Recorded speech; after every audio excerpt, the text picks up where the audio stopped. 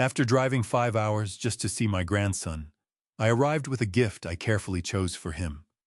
But my daughter-in-law canceled our camping trip and called me too much trouble. I sat alone in my truck holding the present, wondering where I went wrong. Then her neighbor walked over, looked at me with concern and said, "You need to come inside." What I discovered next changed everything. Thank you for joining me on Dad's Revenge Stories. I truly appreciate your support. Let me know where you're watching from by leaving your city or country in the comments. Note, this narrative features fictionalized details for entertainment and educational value. Similarities to actual names or settings are unintentional, yet the message holds deep meaning. The text message came in at 2:24 in the afternoon, right when I was sitting in the parking lot of a strip mall on North Blackstone Avenue in Fresno, California, with the engine still running and the AC blowing cold air across my hands. I had just pulled in to double-check the address on my phone before making the last 10-minute drive to Ethan's place. 5 hours I had been on the road. 5 hours from Las Vegas through the Mojave, up through Bakersfield, windows down for the first hour, because the morning air still had that desert coolness to it, before the California sun burned everything flat. I had a thermos of coffee wedged between the seat and the center console, half empty. I had a wrapped present on the passenger seat, blue paper badly folded at the corners, the way a man folds things when he has spent his whole working life around wire cutters and voltage meters instead of ribbon and tape. The present was a compass, a real one brass, casing the kind that actually works, not the plastic kind they sell in the checkout lane at sporting goods stores. Noah was 7 years old and obsessed with maps that month. Ethan had mentioned it on the phone 3 weeks earlier, almost in passing, the way young fathers mention things they think are small, but are actually everything. Noah had been spreading road maps out on the living room floor and tracing routes with his finger. I drove to a shop in Henderson the weekend after that phone call and spent 40 minutes looking at compasses until I found one that felt right in my hand. Solid. Honest. The kind of thing a boy could carry his whole life. I read Melissa's message 4 times. "Hey Walt, change of plans. The camping trip is canceled. Honestly, it's just too much trouble right now with everything going on. We need some family time, just the 3 of us. Sorry you made the drive. Safe travels back." I want to be precise about those words, because I have replayed them more times than I can count in the months since. Too much trouble. Not too much going on, not bad timing. Too much trouble. Like the 5 hours I had spent on Highway 93 and Interstate 40 were an inconvenience she had generously tolerated up until this moment. Like I was a package that had been delivered to the wrong address. I set the phone face down on the passenger seat next to the compass. My wife Margaret, who everyone called Maggie, passed 4 years ago this past February. Pancreatic cancer, the kind that moves fast and does not negotiate. We were married 31 years. She used to say that the hardest thing about getting older was watching the people you love figure out how to need you less. She said it without bitterness. That was the thing about Maggie. She could say hard truths the way other people said good morning. After she passed, Ethan was the one thing left in this world that kept the rooms from feeling too wide. He called every Sunday. He sent pictures of Noah on the weekends. When Noah was born, Ethan called me from the hospital waiting room and said, "Dad, he has your hands." I did not know what to say to that, so I said, "Tell him to use them better than I did." Ethan laughed. It was the first time I had laughed in months. I sat in that parking lot for 38 minutes. I know the exact number because I watched the clock on the dashboard the same way I used to watch job site timers back when I was running electrical crews, and every minute overestimate came out of the margin. I am 64 years old. I spent 35 years as a licensed electrical and telecommunications contractor across 3 states. I have rewired commercial buildings in Memphis, laid fiber optic cable through the Tennessee Hill Country, and supervised crews of 20 men on deadline. I know how to wait when waiting is the right move. I also know the difference between something being canceled and something being hidden. The wording bothered me. Too much trouble right now. Not Noah has a fever. Not we double-booked the weekend. Right now. Like there was a specific now happening inside that house that my presence would interrupt. Like whatever was going on behind that front door had a schedule and I was not on it. I picked up the phone and looked at the message one more time. Then I looked at the compass sitting on the passenger seat in its badly folded blue paper. Then I put the truck in drive. I did not drive away. I drove to Ethan's street. The house was a single-story rental on a quiet block in the Woodward Park neighborhood. The kind of street where the lawns are kept up and the neighbors wave from driveways and nobody's business is anybody else's unless something goes genuinely wrong. I pulled up 2 houses down and parked under an old sycamore tree whose roots had already started lifting the curb. I could see Ethan's place from where I sat. Gray front door. Melissa's white sedan in the driveway. Blinds drawn on every window, even though it was 4 o'clock in the afternoon, and the light was still good. I sat there another 10 minutes. That was when the front door of the house next door opened, and a woman stepped out onto the porch. She was maybe 60, gray hair pulled back, wearing a garden apron over a blue blouse. She looked at my truck. Then she looked at Ethan's house. Then she walked straight down her porch steps and across the strip of grass separating the 2 driveways and stopped at my passenger window. I rolled it down. She looked at me the way a person looks at someone they have been hoping would show up. Her jaw was set. Her eyes were steady, but there was something moving behind them, something that had been sitting heavy for a while and was finally getting to put itself down. She said, "Are you Ethan's father?" I said I was. She pressed her lips together and nodded once the way people nod when they were hoping to hear one thing and bracing for another, but got the right answer. "My name is Linda Greer," she said. "I live next door. Sir, I need you to come inside. There are some things you need to see before you knock on that door." She did not wait for me to answer. She turned and walked back toward her house, and I noticed her hands were shaking. I followed Linda Greer up her porch steps and through her front door without saying a word, because something in the way she moved told me this was not the moment for questions. Her living room smelled like coffee and dried lavender, and every flat surface had a small potted plant on it. She was a woman who paid attention to living things. That detail registered somewhere in the back of my mind and stayed there. She did not sit down. She went straight to her front window and angled the blinds with 2 fingers, just enough to see Ethan's house without being seen herself. "How long have you been in town?" she asked, still looking through the slats. "I pulled off the highway about an hour ago," I said. "Drove straight here from Las Vegas. 5 hours." She let the blinds fall back and turned to face me. Her expression was the kind a person wears when they have been carrying something alone for too long and are finally setting it on a table between 2 people instead of holding it in both arms by themselves. "I have lived next door to your son for 2 years," she said. "I know his car. I know his schedule. I know what time he leaves for work and what time he gets home. When something changes, I notice." She paused. 3 days ago, things changed. I asked her what she meant by that. "The mail is piling up in the box," she said. "Ethan's truck hasn't moved since Tuesday. I haven't heard Noah in the backyard, and that boy is outside every afternoon without fail, rain or shine, kicking a soccer ball against the fence. I knocked on their door Wednesday morning.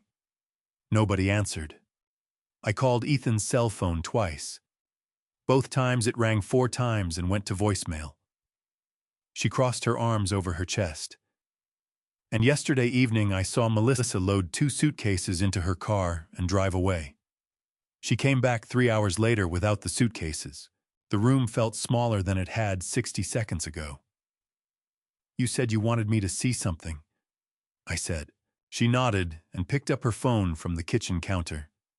She turned the screen toward me. It was a photograph taken from what looked like her side yard, through a gap in the fence slats angled toward Ethan's backyard. The image was grainy the way phone photos get in low light, but clear enough. The back door of Ethan's house was visible. The lower pane of glass in the door was broken, dark around the edges. Someone had pulled the curtain across from the inside, but the curtain had not quite reached the left edge, and through that gap, the room beyond was completely dark, even though it was the middle of the afternoon. "I took that this morning," Linda said. "I did not call the police because the last time I called the police about this house 4 months ago when I heard shouting late at night. 2 officers came, spoke to Melissa at the door for 6 minutes and left. She told them it was a disagreement about finances. They believed her." Her voice was flat and steady, the way a voice gets when anger has had time to cool into something harder and more permanent. "I was not going to make that call again without someone in that family standing next to me." I handed her phone back and walked to her front door. "Where are you going?" she asked. "Around back," I said. She followed me without being asked. We went out her side gate and along the narrow strip of grass between the 2 properties, moving single file because the fence was close to the house and there was not much room. The afternoon sun was still hitting the tops of the roof lines, but down here between the houses it was already in shadow, and the temperature had dropped maybe 5 degrees. I could smell something from Ethan's side of the fence, something faintly chemical, like a cleaning product used in a closed space without enough ventilation. We came around the back corner of the fence and I stopped. Noah's camping boots were sitting on the bottom porch step. Both of them side by side, the red ones with the yellow laces that I had sent him for his birthday back in July. They were dry, clean. The laces were still tied the way a child ties things, looped twice and knotted hard, because they have not yet learned that once is enough. Those boots had never been to any campsite. They had been sitting on that step since before the camping trip was ever supposedly planned. The back door had the bottom pane knocked clean out. Someone had taped a piece of cardboard over the inside, but the cardboard had come loose at the top corner and was hanging at an angle. The curtain Linda had photographed that morning was still drawn tight across the rest of the door. I stepped up onto the back porch and looked at the broken frame around the missing glass. The edges were old. This had not happened last night. This had happened days ago, and no one had fixed it, and no one had called anyone about it, which told me something about the state of the people inside. I pressed my palm flat against the door just above the cardboard patch. I did not push. I just stood there for a moment, with my hand on that door the way I used to stand at the top of a job site, before walking in, taking one breath to shift from the man who was driving to the man who needed to be ready for whatever the work looked like today. Then I pushed the door open and stepped inside. The kitchen was dark, blinds pulled, and the air inside hit me immediately. Stale. Still. The smell of dishes that had been sitting too long, and a trash bag that needed to go out 2 days ago. The kind of smell a house gets when the people living in it have stopped doing the ordinary things that keep a home feeling like a home. I stood in the kitchen doorway and listened. From somewhere below my feet, from beneath the floor, I heard it. A slow, unsteady sound. Something shifting its weight.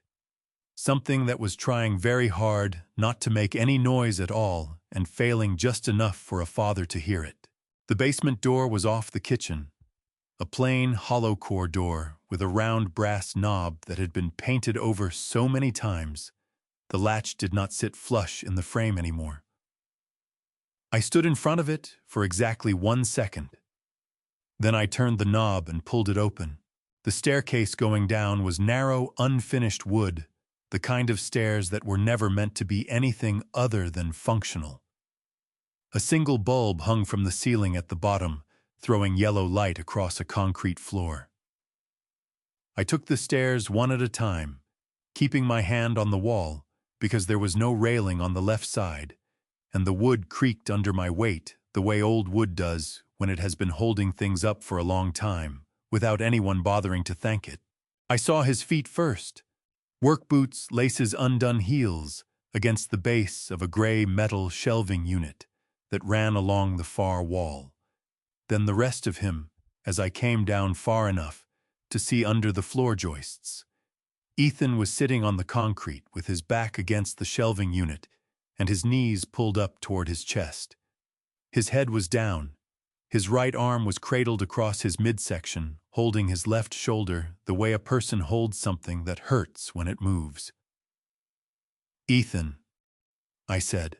His head came up fast, the way an animal's head comes up when it hears a sound it was not expecting. His eyes went wide, and then something moved across his face that I had never seen on my son before. It was not relief. It was terror. And then something worse than terror, which was the look of a man who desperately wanted to feel relieved, but had learned over some long and specific period of time that relief was something that could be taken back. "Dad." His voice came out rough, like he had not used it in a while. "What are you doing here? You weren't supposed to come." I know I wasn't," I said. I came the rest of the way down the stairs and crossed the floor and crouched down in front of him. Up close, the left side of his face had a yellowish cast below the cheekbone, the kind of discoloration that happens 5 or 6 days after a bruise has started to fade. His lower lip had a small split in it that was mostly healed. His left shoulder was sitting wrong, higher than the right, rotated inward in a way that a shoulder does not rotate on its own. "What happened to your shoulder?" I asked. "Warehouse accident," he said immediately. Too immediately. The words came out flat and rehearsed, the way an answer sounds when someone has said it enough times that it stopped feeling like a lie and started feeling like whether just something that existed and could not be changed. "Ethan." "I'm fine, Dad. I just need you to go. Melissa is going to be back soon, and if she sees your truck outside, she's going to—" He stopped himself. His right hand tightened against his arm. "She's going to what?" I said. He pressed his lips together and shook his head. The motion made him wince, and he turned his face away from me toward the wall, and I watched the muscles in his jaw work like he was chewing on something he could not swallow and could not spit out. I did not raise my voice. I did not touch him yet. I had learned a long time ago, from 35 years of walking into job sites where something had gone wrong, that the worst thing you can do when a man is barely holding himself together is push him before he is ready. You wait. You stay close. You make it clear by the simple fact of your presence that you are not going anywhere. I sat down on the concrete floor next to my son. He looked at me like I had done something incomprehensible. "Dad, you can't sit down here. The floor is cold." "I've worked on colder floors than this," I said. 62 degrees in a crawl space under a medical building in January, Murfreesboro, Tennessee, 2009. Spent 6 hours down there running conduit. This is fine. Something shifted in his face. Not a smile, but the memory of what a smile felt like. We sat there together on that concrete floor for a long moment, my back against the shelving unit next to his. Both of us looking at the opposite wall where someone had stacked cardboard moving boxes that had never been unpacked. I counted 7 boxes. All of them had Ethan's handwriting on the side. Kitchen, books, Dad's tools. That last one hit me somewhere below the sternum. "She went through your things," I said quietly. It was not a question. His breath came out unsteady. "She rearranged some stuff. Said she needed the spare room for an office. When did that happen? 6 months ago, maybe 7. He cleared his throat. Dad, I really need you to go. You don't understand what happens when she gets upset. It's not just, it doesn't just affect me. I turned my head and looked at him. Where's Noah? The question landed on him like a hand on a bruise. He closed his eyes. When he opened them again, they were wet at the corners, and he was breathing through his nose with the careful deliberateness of a man who has decided he is not going to cry in front of his father and is spending real effort making that decision stick. Upstairs, he said. His voice dropped to almost nothing. In the closet. She told him to stay there until she got back. She told him if he made any noise or opened the door, he would not get to go to Grandpa's for Christmas. The shelving unit behind me was cold through my jacket. The bulb above us hummed at a frequency I could feel in my back teeth. I put my hand on my son's right arm carefully just below the shoulder, and I kept it there. I'm not leaving, I said. Not today, not tomorrow, not until this is finished. He turned to look at me, and I could see him deciding whether to believe that. I could see exactly how much it was going to cost him to believe it. Okay, he said finally. The word came out small and cracked at the edges like something that had been kept in a cold place too long. I squeezed his arm once. Then I stood up and headed for the stairs. The staircase from the basement back up to the kitchen had 12 steps. I counted them on the way up without meaning to the way a man counts things when his mind is running faster than his feet and needs something concrete to hold on to. 12 steps, brass knob, kitchen, hallway.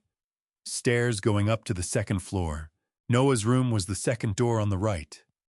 I knew that from the one time I had visited after they moved in 14 months ago, when Melissa had given me a tour of the house with the particular energy of someone showing off something they were proud of and wanted credit for. She had paused longest at Noah's room, which she had painted pale blue and furnished with a bookshelf shaped like a rocket ship. I had said it looked great. It did look great. I had meant it at the time. I stopped outside the door now and knocked twice soft. Nothing. Noah, I said. It's Grandpa. It's just me, buddy. Silence. Then from inside the closet on the far wall, a sound so small I might have missed it if the rest of the house had not been so completely still. A single intake of breath. The kind a child makes when they are trying very hard to stop crying and their body will not fully cooperate. I'm going to come in, I said. Okay. I'm just going to open the door and come in. Nobody else is here. I turned the handle and pushed the door open slowly. The room was dim curtains drawn the rocket ship bookshelf casting a long shadow across the floor. The closet was in the far left corner, a sliding door type, and it was pulled shut. I crossed the room and crouched down in front of it, getting my eyes level with where a 7-year-old's eyes would be if he were sitting on the floor behind that door. Hey, I said quietly. I drove a long way to see you today. I've got something in my truck for you. It's wrapped in blue paper, and I did a pretty terrible job with the corners. 4 seconds of silence. Then the sliding door moved just 3 inches, and one eye appeared in the gap. Brown, red-rimmed, watching me with the specific wariness of a child who has learned that good things sometimes come attached to conditions. Grandpa? Noah's voice was barely above a whisper. Yeah, buddy, it's me. The door slid open the rest of the way.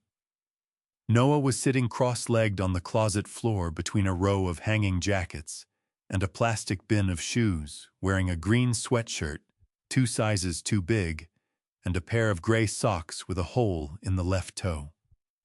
He looked at me for a long moment, like he was running some internal calculation, And then he launched himself forward off the floor and into my arms with the full-body commitment that only a 7-year-old can manage, all elbows and knees, and no concern whatsoever for the impact on the person receiving him. I caught him and held on. He did not make any sound for a while. He pressed his face into the side of my neck, and his small hands grabbed fistfuls of my jacket, and he held on in the way children hold on when they have been frightened for a long time and are not yet sure the frightening part is over. I could feel his ribs moving fast under my hands, breath coming in uneven pulls. "I didn't tell," he said finally into my collar. "I didn't tell anybody, Grandpa. I kept the paper." I pulled back just enough to look at his face. "What paper, buddy?" He unwound one arm from my neck and reached back into the closet, feeling along the floor behind the plastic shoe bin. He pulled out a folded piece of notebook paper, creased and soft at the edges from being handled many times, and held it out to me with the gravity of a child handing over something he has been guarding seriously. I unfolded it. The handwriting was Melissa's.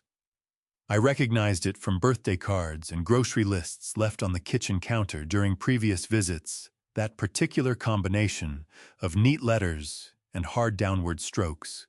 It read in full, "My dad Ethan gets angry and breaks things in the house. One time he pushed my mom. I am sometimes scared of my dad when he is angry. My mom keeps us safe." Beneath that, in smaller letters underlined twice, "Say this if anyone asks. If the police ask, say this. If Grandpa Robert asks, say this." My hands did not shake. I want to be clear about that. I have always had steady hands. It is one of the things that made me good at the work I did for 35 years. The ability to hold a wire steady under conditions that would make other people flinch.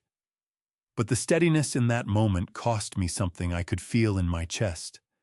A tightening that started just below the sternum and moved outward in both directions. Like a crack moving through concrete after a load has been placed on it that the concrete was not designed to carry. I folded the paper and put it in my jacket pocket. Noah was watching me. 7 years old, hole in his left sock hair that needed cutting eyes, that had seen things a child his age should not have seen, and had been trying to make sense of alone in a closet on a Friday afternoon. "Did I do something wrong?" he asked. "No," I said. "You did everything right." He studied my face the way children study adult faces when they are trying to decide whether the adult is telling the truth or saying the thing they think a child needs to hear. I held his gaze and did not look away because I needed him to see that I meant it and that I was going to keep meaning it. "Are you staying?" he asked. "Yes," I said. He leaned forward and put his forehead against my shoulder, and I felt some of the tension go out of his small body. Not all of it, but enough. I put my hand on the back of his head and kept it there. Outside the window, a car passed slowly on the street below, and we both listened until the sound of it faded completely. Then Noah lifted his head and looked at me with sudden urgency, remembering something. "Grandpa," he said. "Mommy said don't let you touch the bear on my shelf." I looked at the shelf. There were 4 stuffed animals lined up against the wall above Noah's desk. A faded elephant, a brown dog with one ear that had been restitched with different colored thread, a small green dinosaur, and a large tan bear sitting at the end of the row, newer than the others, its fur still plush and evenly colored, the kind of thing that had not been loved on, yet the way a child loves something that is truly theirs. "Which one is the bear?" I asked, even though I already knew. Noah pointed at the tan one. "That one. Mommy gave it to me 2 months ago. She said it was special and I had to keep it on the shelf and not sleep with it or take it to school. A stuffed animal a 7-year-old is not allowed to sleep with or carry around is not a toy. It is something else." I crossed the room and picked it up. It was heavier than it should have been by about 2 ounces, which does not sound like much until you have spent 35 years handling equipment, where 2 ounces is the difference between a component that belongs and one that was added later. I turned it over in my hands and ran my thumb along the seam on the bear's lower back. The stitching there was tighter than everywhere else, newer, a slightly different shade of thread. Someone had opened this seam and closed it again. I went to Noah's desk and found a pencil. I used the eraser end to press carefully along the seam until I felt it give slightly, and then I worked the tip of the pencil into the gap. Inside, between the stuffing and the fabric lining, was a small rectangular device no bigger than a thick stick of gum. Black casing. A tiny red indicator light that was not on at the moment, but had a lens at one end that was unmistakably a camera. Under California law, placing a hidden recording device in a private residence, without the knowledge of the people living there, is a criminal violation of Penal Code Section 632, which covers the non-consensual recording of confidential communications. The person who placed this device had not only broken that law, but had placed it in a child's bedroom pointed at the corner where a 7-year-old sat to talk on the phone with his grandfather. I did not know all of that in the specific legal language at that moment. What I knew in that moment was simpler and older than any statute. Somebody had been watching my grandson watch me. I set the bear face down on the desk. I did not let my voice change. "Noah," I said, "can you go downstairs and sit with your dad for a few minutes? Tell him Grandpa sent you." "Is something wrong with the bear?" he asked. "The bear is fine," I said. "I just need a few minutes up here. Can you do that for me?" He looked at me with that particular 7-year-old scrutiny that sees more than adults expect, then slid off the bed and padded out the door in his whole-toed socks. I listened to his footsteps on the stairs until they reached the bottom and faded toward the kitchen. Then I heard Linda Greer's voice from the back door, calling my name quietly. She was standing at the broken back door when I came downstairs, and she had something in her hand. A small spiral notebook, the kind with the cardboard cover the size that fits in a jacket pocket. She held it out to me without preamble. "I found this in the recycling bin outside this morning," she said. I almost did not take it. Then I opened the first page. I took the notebook and opened it. The handwriting was Melissa's. The same hard, downward strokes I had seen on the paper in Noah's closet. The first page had a date at the top, September 14th, and below it a series of short lines that read like notes taken during a phone call. Robert asked about Ethan's schedule. Robert mentioned coming for Thanksgiving. Robert asked if Noah was still in the same school. Some lines had been underlined. One had a small star drawn next to it. Robert asked if Ethan had talked to Tommy recently. I turned the page. Another date. Another set of notes. Robert sounded tired on the call. Robert asked about the camping trip 3 times. Robert mentioned he might come early. Page after page. Every phone call I had made to Noah in the past 4 months, summarized, annotated, and in some cases flagged with notations in the margin.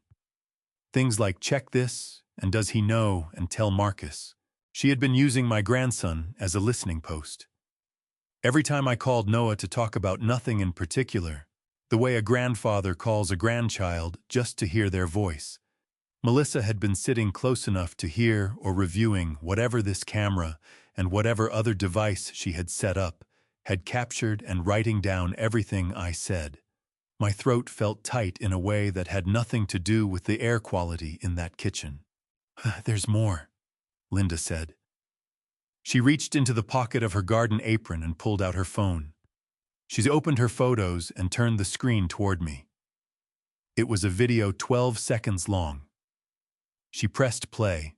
The angle was from her side yard, through the fence slats, shot on a Tuesday afternoon, based on the timestamp in the corner. Ethan was standing in the driveway next to his truck. A man I did not recognize was standing very close to him, one hand gripping the front of Ethan's shirt, at the collar, speaking directly into his face. Ethan's hands were at his sides, not defending himself, not reaching up to remove the hand at his collar. Just standing there absorbing it the way a person absorbs something they have decided they have no choice but to endure. The man let go, straightened Ethan's collar almost mockingly, walked back to a dark blue sedan parked at the curb and got in. Linda stopped the video. "That was last Tuesday," she said. "That man parks in front of this house 2 or 3 times a week. Always when Ethan is home alone." "Do you know his name?" I asked. "I heard Ethan call him Marcus once," she said. When he thought nobody was listening, I set the notebook down on the kitchen counter next to the bear. I looked at both of them, sitting there together, the surveillance device and the surveillance record, and I thought about Maggie, who used to say that the cruelest thing one person can do to another is make them feel like they are disappearing while they are still standing right there. "Linda," I said, "I need to make a phone call. Is there somewhere Noah can stay tonight that is not this house?" She straightened up. "He can stay with me," she said, without hesitating. "I have a pull-out sofa and I make good pancakes." "Thank you," I said. She nodded once and went to find Noah. I stood in that kitchen alone with a bear that had been watching my family and a notebook full of my own words, written in someone else's handwriting, and I took out my phone. I put the phone back in my pocket without making the call. Not yet. There was something I needed to do first, and it required sitting down with my son without a 7-year-old in the next room, and without the clock running on Melissa's return. I had sent Noah to Linda's. I had the notebook and the bear and the folded paper from the closet. What I did not have yet was Ethan's voice telling me the shape of what I was looking at, because evidence without context is just a collection of things that happened, and I needed to understand what had been built here before I could figure out how to take it apart. I filled 2 glasses of water from the tap and carried them down to the basement. Ethan had moved from the floor to an old folding chair in the corner, the kind with the nylon webbing that sags in the middle from years of use. His left arm was still held close to his body. Noah's absence had done something to the air around him, loosened it slightly, the way a room feels different when the thing you were most afraid of losing has been moved somewhere safe. "Noah's next door with Linda," I said. "He's okay." Ethan let out a breath that had clearly been waiting to leave his body for some time. His shoulders dropped 1/2 inch. I set one of the glasses on the floor near his feet and pulled a second folding chair from against the wall and sat down across from him. I handed him the notebook. He took it, opened the first page, read for maybe 15 seconds and then closed it and set it on his knee with his hand flat on top of it, like he was holding it down. "How long have you known about the calls?" he asked. "I just found out," I said. "Linda found that in the recycling this morning." He nodded slowly. "She used to sit in the kitchen when I was on the phone with you. I thought she was just doing stuff on her laptop." He laughed, but it was the kind of laugh that has no humor in it, just a sound a person makes when something is so far beyond what they expected that the usual responses do not apply. I actually thought she was being considerate, giving me space to talk to my dad. "Tell me about the warehouse," I said. The laugh stopped. He looked at the water glass on the floor but did not pick it up. 14 months ago," he said. "June. We had a big shipment come in on a Thursday night, industrial equipment, heavy stuff pallets, stacked above the rated limit because Marcus approved the load configuration even though the safety checklist said it was over capacity. I was working the floor that night. I flagged it. I wrote it in the incident log, and I told Marcus directly that the configuration was not safe." He stopped. swallowed. Marcus told me I was reading the chart wrong and to get back to work. And then the load shifted, I said. 2 hours later, a worker named Gerald Pittman was moving a pallet jack underneath the stack when the top tier came down. He was 41 years old. He lost the use of his left hand and took a traumatic brain injury that put him out of work permanently. Ethan's voice had gone very flat, the way voices go when a person has recited something so many times that the words have worn smooth. Within 72 hours, Marcus had submitted an amended incident report to the company's safety division. The amended report showed that I had approved the load configuration. It showed my signature on the capacity checklist. I had never signed that checklist. I had never seen that version of the checklist. Under California Labor Code, Section 6409 and Penal Code Section 134, deliberately falsifying records related to a workplace injury investigation is a criminal offense that can include obstruction of justice charges at the state level, and where federal OSHA oversight is involved, potential federal liability as well. What Marcus had done was not a paperwork error. It was a constructed substitution of reality documented and submitted to multiple regulatory bodies. Did you tell anyone at the company? I asked. I tried, Ethan said. I went to the regional HR director 3 days after the amended report was filed. Her name is Sandra Okafor, and she seemed to take it seriously. She said she would look into it. 2 days after that meeting, Marcus came to this house. Ethan picked up the water glass, finally held it in both hands without drinking from it. He sat right there in the kitchen upstairs, and he laid out exactly what he had and what he would do with it if I made another move toward HR or toward any regulatory body. The amended report. Emails that had been modified to make it look like I had approved the configuration verbally in advance. A phone call recording that I am fairly certain was edited, but that I had no way to prove was edited. And Melissa was there for that conversation, I said. He set the glass back down on the floor. He looked at his hands. She was the one who let him in, he said. The folding chair under me creaked when I shifted my weight. The single bulb above us hummed its frequency.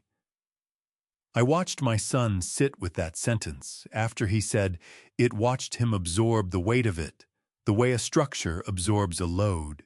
It was not engineered for slowly, with visible effort, nothing giving way all at once, but everything changing at a molecular level. How long have you known? I asked. About the two of them. 7 months, he said. Maybe 8. I found a receipt in her jacket pocket for a hotel in Bakersfield. She told me it was a work trip. He paused. She has not had a job in over a year. She lost her position at the marketing firm last November. I did not know that until 4 months ago when I found a termination letter in a box she had mislabeled. The picture was assembling itself in front of me, the way a wiring schematic assembles when you find the right diagram. Every component connecting to the next. Every line running back to the same source. She has been giving Marcus access to this house, Ethan said. Access to me. And in exchange, he keeps the amended report on file and reminds me every few weeks what happens if I say anything to anyone. His jaw tightened. 3 days ago, I told him I was done, that I was going to find a lawyer regardless of what he did with the report. He came here that afternoon. He did not finish the sentence. He did not need to. The shoulder said the rest. Dad, he said, and his voice cracked open on that single word, the way a board cracks when the weight finally exceeds what the grain can hold. I should have called you months ago. I kept thinking I could handle it. I kept thinking if I just stayed calm and kept my head down, it would stop getting worse. I leaned forward in the folding chair. and put both hands on my son's shoulders gently, one on each side, and I waited until he looked up at me. "You called me the only way you could," I said, "and I'm here now." From upstairs, through the floor, above our heads, came the sound of the front door opening. Ethan's whole body changed when he heard that door. It was not a flinch exactly. It was more like a recalibration, the way a piece of equipment under load shifts its center of gravity when an additional weight is placed on it. His spine straightened. His chin came down. His right hand, which had been resting loose on his knee, closed into a fist against his thigh. Everything about him became smaller and more careful in the space of 2 seconds, and watching it happen was one of the hardest things I have ever done while sitting completely still. "She can't find us down here," he said, his voice dropping to almost nothing. "She's going to find us down here," I said. "That's all right." "Dad, you don't know how she gets." "I'm about to find out," I said. "Stay where you are." I stood up from the folding chair and went up the basement stairs and pushed the door open into the kitchen. Melissa was standing at the kitchen counter with her back to me, setting her keys down in the ceramic dish she kept by the microwave. She was wearing a gray blazer over a dark blouse, dressed like someone who had been somewhere that required looking put together. She had not yet noticed me. "Melissa," I said. She turned around. Her face, in the first half-second before she controlled it, showed me something I was meant to see. A flash of anger, fast and hot, followed immediately by the particular blankness that people learn when they have decided to be strategic about what they reveal. She was 31 years old, and she had the kind of face that arranged itself into pleasantness, the way a hotel room arranges itself into welcome everything in the right place, nothing actually belonging to anyone. "Walt," she said. She did not say it warmly. She said it the way you say the name of something you found somewhere it should not be. "What are you doing in my house?" "The back door was open," I said. "I was concerned about Ethan." "The back door," she repeated. She looked toward the kitchen window, recalculating. "I've been meaning to get that fixed." Ethan bumped it with a box he was moving and the glass cracked. She looked back at me with an expression of patient inconvenience, the kind a person deploys when they want you to understand that they are being very gracious about not being angry. "I texted you this afternoon. I told you we needed family time." "You did," I said. "I appreciated the message. Then why are you here, Walt?" I noticed she had not asked where Noah was. A mother who comes home and does not find her 7-year-old son visible in the house asks where her child is. She had not asked, which meant either she already knew or she had sent him somewhere herself, or the child's whereabouts were less important to her in this moment than the fact of my presence in her kitchen. "I'm here because I drove 5 hours to see my grandson," I said, "and I would like to spend some time with my son." She exhaled through her nose in a short, controlled way. "Ethan isn't feeling well. He needs rest. This really isn't a good time, and honestly, I think you showing up unannounced is a pattern we need to talk about." She folded her arms across the front of her blazer. "I know you mean well, but Ethan and I are trying to build our own family dynamic here, and it is very hard to do that when his father just drives up whenever he feels like it and inserts himself." "Inserts himself," I said. "I don't mean that harshly." "How do you mean it?" She tilted her head slightly, the way a person tilts their head when they are deciding whether to be patient or whether they have run out of patience. "I mean that boundaries matter. I mean that Ethan is a grown man who is perfectly capable of managing his own relationships, and sometimes the most loving thing a parent can do is give their adult child room to do that." She smiled, and it was the kind of smile that has been constructed very deliberately from materials that resemble warmth without containing any. "I think you know what I mean." Ethan's footsteps came up the basement stairs behind me. He pushed the door open and stood in the kitchen doorway. His right arm still braced across his midsection, his left shoulder still sitting wrong. Melissa looked at him, and the smile stayed on her face, but something behind it shifted, and I watched Ethan register that shift, the way a man registers the change in air pressure before weather arrives. "Tell your father everything is fine," Melissa said to him. Not asked, told. "And let's get him on his way. He's had a long drive." Ethan looked at me. Then he looked at Melissa. Then he looked at the floor between them, and I could see him doing the calculation he had been doing for months, probably for longer, weighing the cost of speaking against the cost of staying quiet. I had watched him do this calculation his whole life with smaller stakes. What I had not understood until today was that someone had been deliberately raising those stakes month by month until the cost of speaking had become something he believed he could not afford. "Actually," Ethan said, and his voice was unsteady, but it was present, it was there. "Dad's going to stay for dinner." Melissa's smile did not falter, but her eyes went very still. "Is he?" "Yes," Ethan said.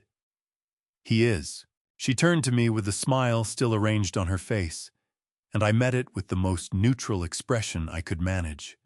And we stood there in that kitchen, looking at each other while Ethan breathed behind me, and I thought about 35 years of wiring buildings, of learning where the current runs and where it does not, of understanding that the most dangerous circuits are the ones that look inactive right up until the moment they are not. "Oh, of course," she said finally. "Let me put something together." She turned to the stove. I watched her take a pot from the cabinet below. I watched her fill it at the sink. And I watched her reach, without pausing, without hesitating, for a small brown glass bottle on the spice shelf above the counter, a bottle that did not have a label on it, and tip a measured amount of clear liquid into the pot before setting it on the burner. I kept my face entirely still. "Ethan," I said, turning to my son, keeping my voice conversational, "why don't you and I go sit in the living room while Melissa gets that started?" I steered Ethan into the living room, with one hand on his right shoulder, keeping my voice low and my movements unhurried, because the worst thing I could do right then was let Melissa know I had seen what I had seen. I had spent 35 years working around live circuits, and the first thing you learn about live circuits is that you do not announce yourself to them. You work around them carefully, with full knowledge of what they can do, until you are in a position to cut the power entirely. "I'm not hungry anyway," Ethan said as I settled him onto the couch. "Good," I said. "Neither am I." "Tell her you're not feeling well. Tell her the shoulder is bothering you." He looked at me with a question forming on his face, but I shook my head slightly, and he let it go. There are things a son learns about his father over 64 years of shared existence, and one of the things Ethan had learned about me was that when I shook my head that particular way, the explanation was coming, just not yet. Melissa brought 2 bowls out from the kitchen 20 minutes later. She set one in front of Ethan and one on the coffee table in front of where I was sitting. Some kind of soup, clear broth, smelled like chicken and thyme. She stood there for a moment, looking at us both with that arranged pleasantness on her face. "You should eat something, Ethan," she said. "You need to keep your strength up." He said his shoulder's been bothering him. I told her, reaching over and sliding Ethan's bowl to the far end of the coffee table. "Nausea from the pain. He's going to rest." I picked up my own bowl and looked at her. "I appreciate this, Melissa, but I ate on the road. I'm fine." Something moved behind her eyes. Just a flicker there and gone. "Of course," she said, and went back to the kitchen. I set my bowl down on the coffee table next to Ethan's and did not touch either of them again. Under California Penal Code Section 222, It is a felony to administer any substance to another person with the intent to stupefy or render them unconscious without their consent. The clear liquid I had watched Melissa tip into that pot from an unlabeled brown glass bottle was not a cooking ingredient. Cooking ingredients have labels. Cooking ingredients do not get measured out with the particular care of someone who has done this before and knows the correct amount. Melissa went to her bedroom at 9:30. I heard the door close, and then the sound of the television coming on through the wall, the low murmur of something she had seen before and was using as noise rather than watching. I waited 20 minutes after that before I moved. Ethan had fallen asleep in the armchair across from me, his chin on his chest, breathing slow and even. Even without the soup, he had looked exhausted in the way a person looks when they have been exhausted for so long that it has become their resting state. I draped my jacket over him and stood up. I moved through the living room slowly, the way I used to move through job sites, after hours when I needed to take stock of the space, without anyone else's assessment interfering with my own. I was not looking for anything specific. I was looking for the shape of what was here. The fishing rod was behind the couch. I almost missed it. It was pushed into the narrow gap between the back of the couch and the baseboard, horizontal parallel to the floor, invisible, unless you happened to crouch down to pick up the television remote that had slipped off the cushion. I crouched down for the remote and saw it lying there in the dark behind the furniture, and I reached in and pulled it out. I knew this rod the moment I touched it. Solid wood, hand-turned with a grip wrap of cork that had gone smooth from years of use.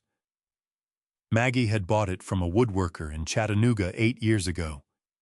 She had given it to Ethan at Christmas that year, sitting at my kitchen table with the tree lights reflected in the window behind her, and she had said, "Here is something for when you need to think." She was like that.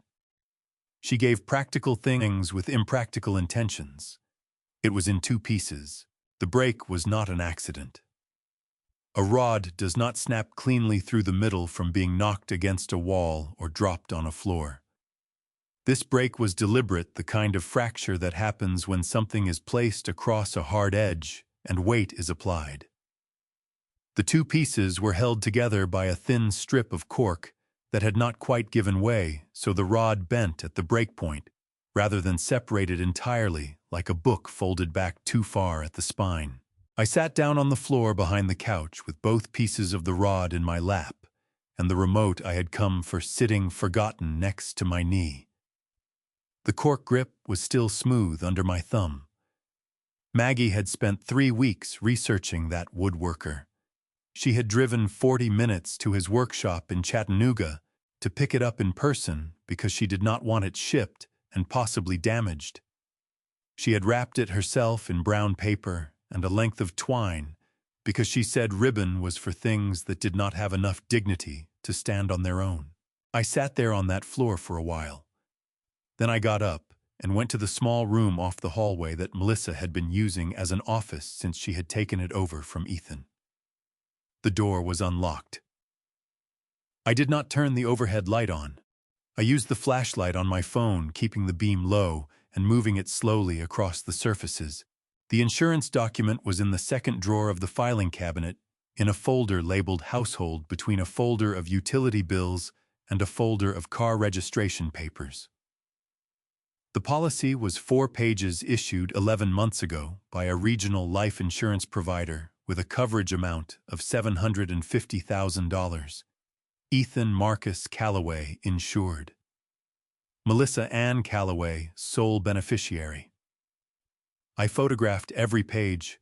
Then I went back to the living room, sat in the chair across from my sleeping son, and looked at the 2 pieces of Maggie's fishing rod lying across the coffee table in the thin light coming through the front curtain, and I stayed very still for a long time. Not because I did not know what to do next, but because I needed a moment before I did it. At 11:47, I took out my phone and dialed a number I had not dialed in 3 months. It rang twice. Then a voice, rough with sleep but alert underneath it, The way certain people are always alert underneath whatever surface they present. Dale, I said, it's Robert. I need your help. I need it now. Dale Hutchins drove a 1998 Ford F-150 that he had owned since new and maintained with the kind of devotion other men give to things that cannot be maintained indefinitely. When he pulled into the motel parking lot on North Blackstone Avenue at 7:40. The next morning, I was already sitting on the curb outside my room with a cup of vending machine coffee going cold in my hand. And I recognized the sound of that truck's engine before I saw the headlights. I had checked into the motel at 1 in the morning after leaving Ethan's house. I had not slept. I had sat on the edge of the bed with the photographs of the insurance documents on my phone and the notebook and the bear on the table in front of me. And I had thought the way I used to think through complicated jobs, by starting at the last thing that needed to happen and working backward to the first thing I needed to do. Dale got out of the truck and looked at me the way he had been looking at me for 37 years, which was with the particular expression of a man who has seen you in worse situations than this one and has decided to be useful rather than sympathetic about it. He was 55 years old, built like someone who had spent his career moving equipment that did not want to be moved, with close-cropped gray hair and hands that were permanently stained at the knuckles from decades of work on systems that leaked oil and coolant. He had spent 22 years as a senior systems technician for the same regional freight and logistics corporation that employed Ethan. He had taken early retirement 14 months ago after a dispute with middle management that he described, when he described it at all, as a difference of opinion about whether corners were worth cutting. He sat down on the curb next to me without being invited. "Tell me everything," he said. "From the beginning. Don't leave anything out because you think it's too small." I told him everything. It took 40 minutes. Dale did not interrupt once. He sat with his forearms on his knees and his coffee going as cold as mine, and he listened the way certain people listen, with his whole body, like the information was something he was physically receiving and storing rather than just hearing. When I finished, he was quiet for a moment. Then he said, "The incident from June of last year. The pallet collapse that injured Gerald Pittman." "That's the one," I said. "I know about that incident," he said. "Not because I was involved, because I heard about the amended report. At the time, I thought it was sloppy record-keeping. I did not know it was intentional." He looked out at the parking lot. A woman was loading a stroller into a minivan 2 spaces down from his truck. He watched her without seeing her. The original surveillance footage from that shift still exists. I know it does because I built the backup architecture for that system in 2017, and the backup protocol runs a redundant copy to an off-site server that the current IT team does not manage because they inherited the system and never fully mapped it. Marcus would not have known to erase what he could not find. "Can you access it?" I asked. "With authorization from someone in a position to grant it." "Yes," he said. "Without authorization, I would be committing a violation of California Penal Code Section 502, which covers unauthorized access to computer systems. That is not something I am willing to do, and honestly, it is not something you want me to do, because evidence obtained through unauthorized system access is inadmissible and potentially exposes you to liability." This was exactly the kind of thing Dale said that made him worth calling at midnight. He was not just technically capable. He understood the difference between getting the information and being able to use it. "Who has the authority?" I asked. "Roy Stanton," Dale said. "He is the Regional Operations Director. He has had oversight authority over all warehouse facilities in the California and Nevada region for 6 years. He also, and I know this because we worked together for 11 of my 22 years with the company, has been quietly suspicious of Marcus Druitt for at least the last 2 of those years." He has told me directly that he believed there were financial irregularities in the inventory management division that Marcus oversaw, but that he had not been able to find a clear entry point for a formal investigation. You think Stanton will take a call on a Saturday morning? I asked. Dale looked at me. I think Roy Stanton has been waiting for someone to give him an entry point, he said. I think if I call him right now and tell him I have a credible witness with documentary evidence of falsified safety records, a modified incident report, and an ongoing pattern of financial misconduct, he is going to answer on the first ring. He took out his own phone. He found the number. He looked at me once more, not for permission, exactly more the way a man looks at his partner before a job starts to confirm they are both ready. I nodded. He pressed call. Roy Stanton answered on the second ring. Dale spoke for 8 minutes. I sat on that curb and listened to one side of a conversation that was reshaping the ground under everything, the way you feel a tremor before you hear it, the way 35 years of working around electricity teaches you to feel current in a wire before you touch it. When Dale ended the call, he sat for a moment with the phone in both hands. Roy is authorizing formal access to the backup server under the company's internal investigation protocol, he said. He is also contacting the company's legal team this morning and has asked me to send him everything you have documented. He used the words, active investigation. Dale looked at me with something in his expression that was close to relief, but had taken a long road to get there. He also said, and I am quoting directly, that if what you are describing is accurate, Marcus Druitt is not going to be managing anything by the end of next week. I let that sit for a moment. How long to access the backup footage? I asked. A few hours, Dale said. Maybe less. I know exactly where to look. He stood up from the curb and stretched his back with a sound like distant thunder. You should try to eat something, Robert. Whatever comes next is going to require you to be sharp, and you look like a man who has been up since yesterday morning. I have been up since yesterday morning, I said. Then eat something and sleep 2 hours, he said. The footage will still be there at noon. Your son will still need you at noon. And a tired man makes mistakes that a rested one does not. He was right. He was almost always right about practical matters, which was one of the reasons I had called him at 11:47 the night before, instead of doing something I could not undo. I got up off the curb. My knees ached in the cold morning air the way they had started aching 2 winters ago, and had not stopped since. Dale, I said. He turned from his truck. Thank you, I said. He lifted one hand in a short wave that meant you are welcome, and also do not make this sentimental, and also I know all at the same time. Then he got in his truck, and I went inside to find something that passed for food in a motel vending machine at 8 in the morning. At 11:53, my phone rang. Dale's number on the screen. I answered before the second ring finished. Robert, he said. The original footage from that warehouse, it is still there, and you need to see it. I was at Dale's motel room door inside of 4 minutes.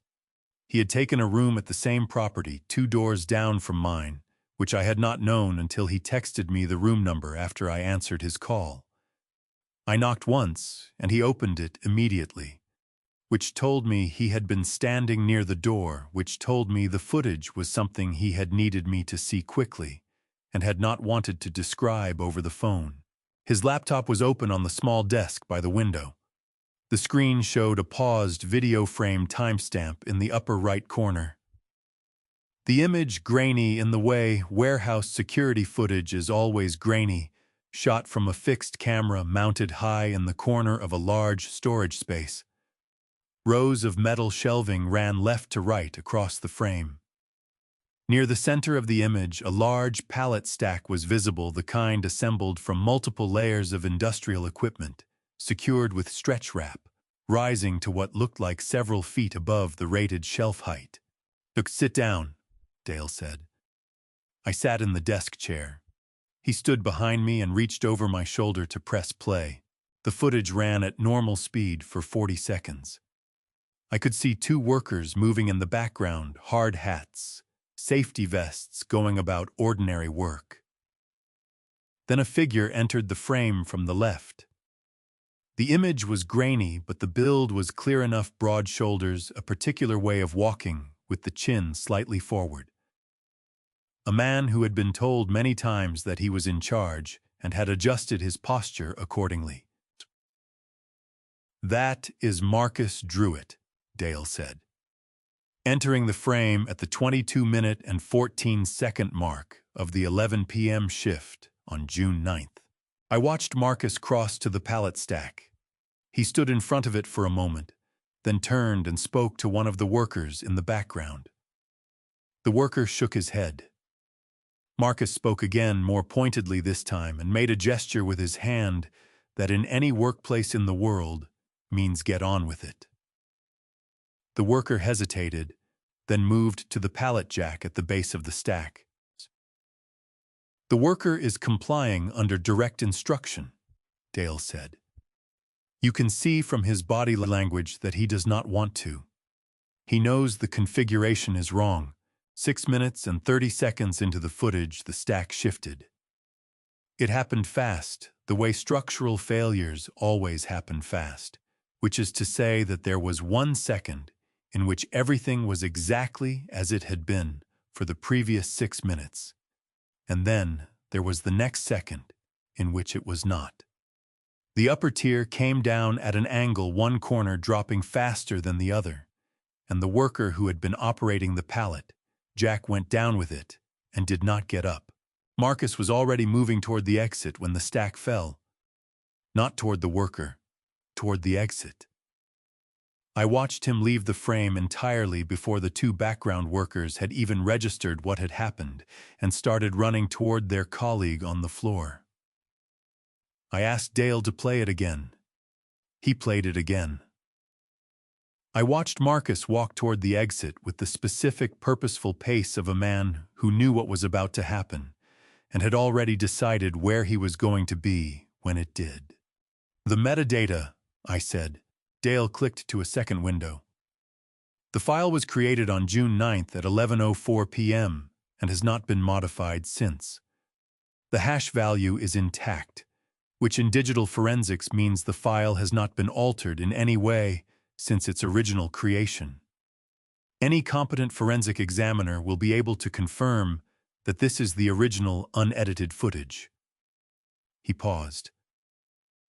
The amended incident report that Marcus submitted 3 days after this event showed Ethan Calloway as the shift supervisor of record who approved the load configuration.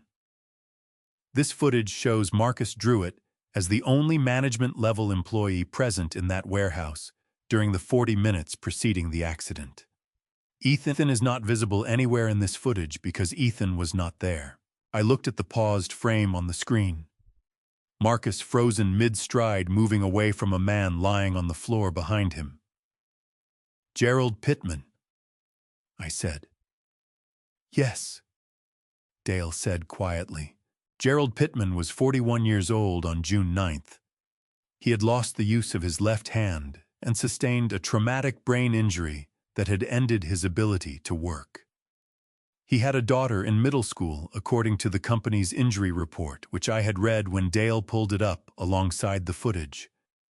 He had been with the company for 9 years. His employee review from the previous April had described him as one of our most reliable floor workers. A reliable floor worker who had shaken his head when Marcus told him to move the pallet jack because he knew the configuration was wrong and who had done it anyway. Because the man telling him to was his supervisor, and he had 9 years of doing what supervisors told him without catastrophe, and there was no reason on that particular evening to believe this time would be the exception. I sat in that chair for a moment, with my hands flat on the desk on either side of the laptop. "Dale," I said. I need you to make 3 certified copies of this footage and the metadata report. I need one for Roy Stanton's legal team, one for the attorney I am going to hire today, and one to be held by a neutral third party. Chain of custody is the legal term for the documented trail that establishes where evidence has been, who has handled it, and that it has not been tampered with between its original source and its presentation in a legal proceeding. Breaking chain of custody renders evidence challengeable in court.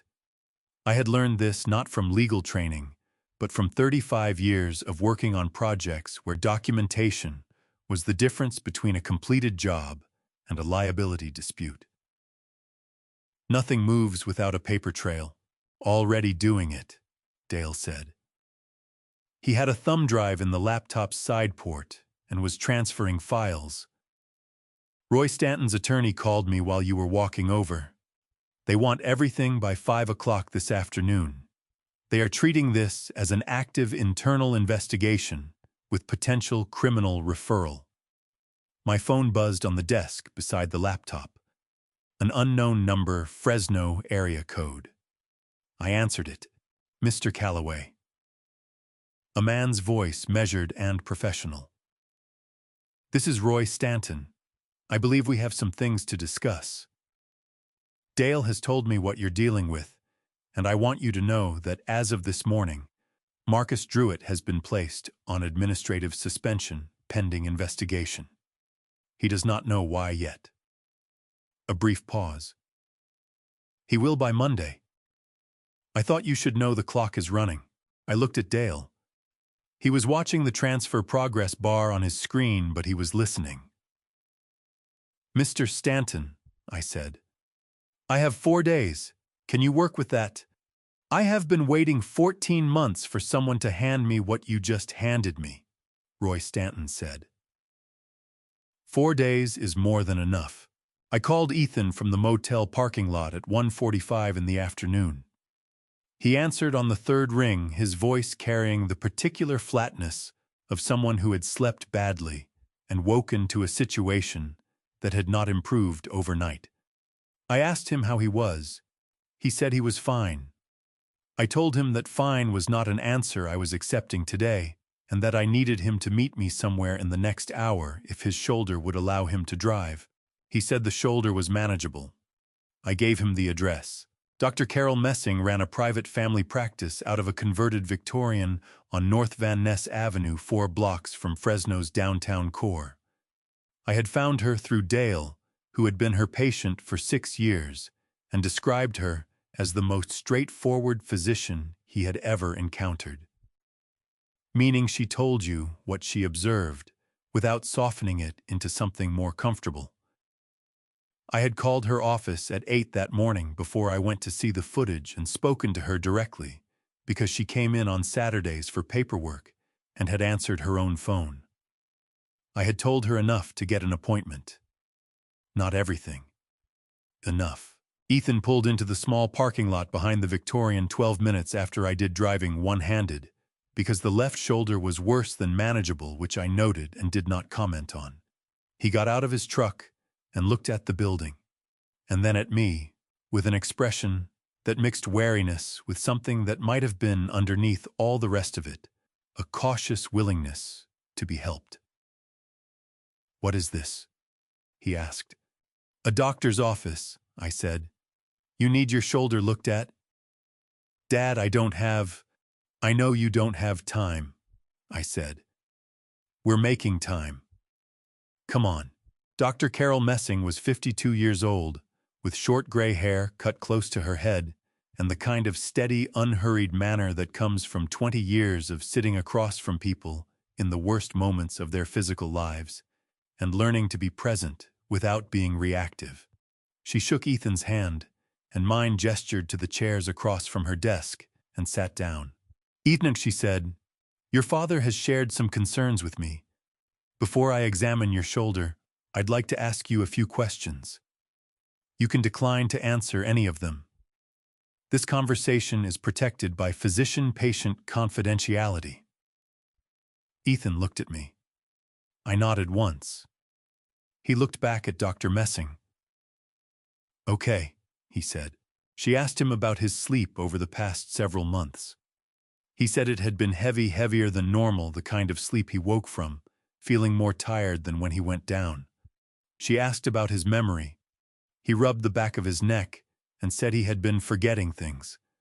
Small things, appointments, conversations, whether he had locked the back door. He said he had assumed it was stress. She asked if he had noticed any pattern to when these symptoms were worse. He thought about it for a long moment and said weekends. Always worse on weekends and the mornings after dinner at home. Dr. Messing wrote something on her notepad. Her expression did not change. She examined his shoulder next. The examination took 8 minutes. When she was done, she told him the shoulder was dislocated and had been inadequately treated, meaning someone had attempted to reduce the dislocation without proper medical supervision and had not fully succeeded. She said he needed imaging and a proper reduction procedure, and that she was referring him to an orthopedic colleague who could see him Monday morning. Then she said, "Ethan, I'd like to draw some blood today if you're willing. A standard panel liver function, kidney function, and a toxicology screen. Given what you've described about your sleep and memory, I think it's worth ruling some things out." He looked at her for a moment. Then he looked at me.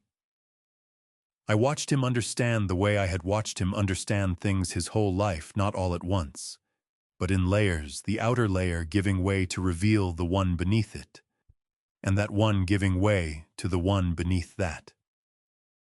"She's been putting something in my food," he said. Not a question.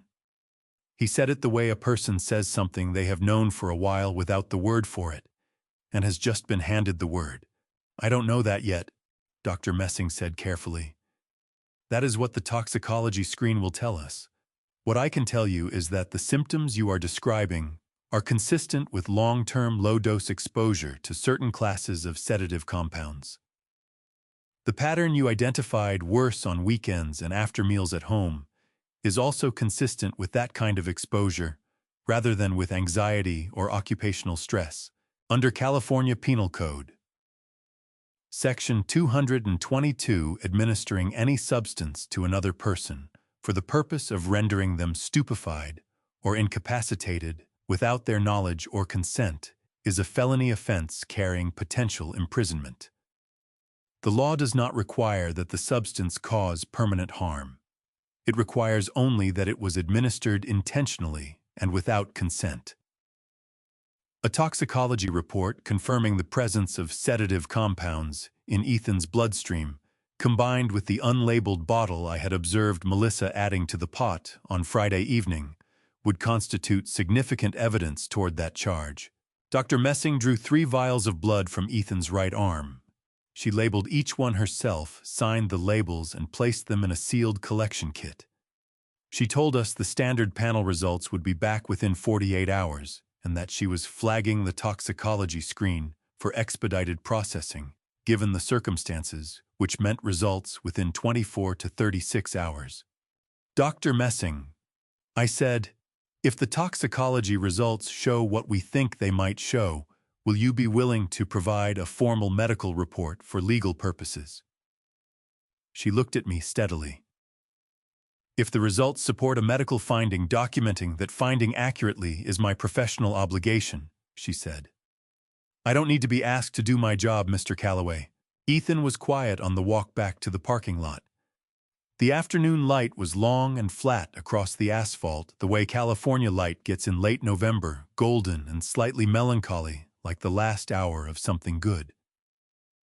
He stopped next to his truck and stood there with his good hand on the door handle, and his face turned slightly away from me.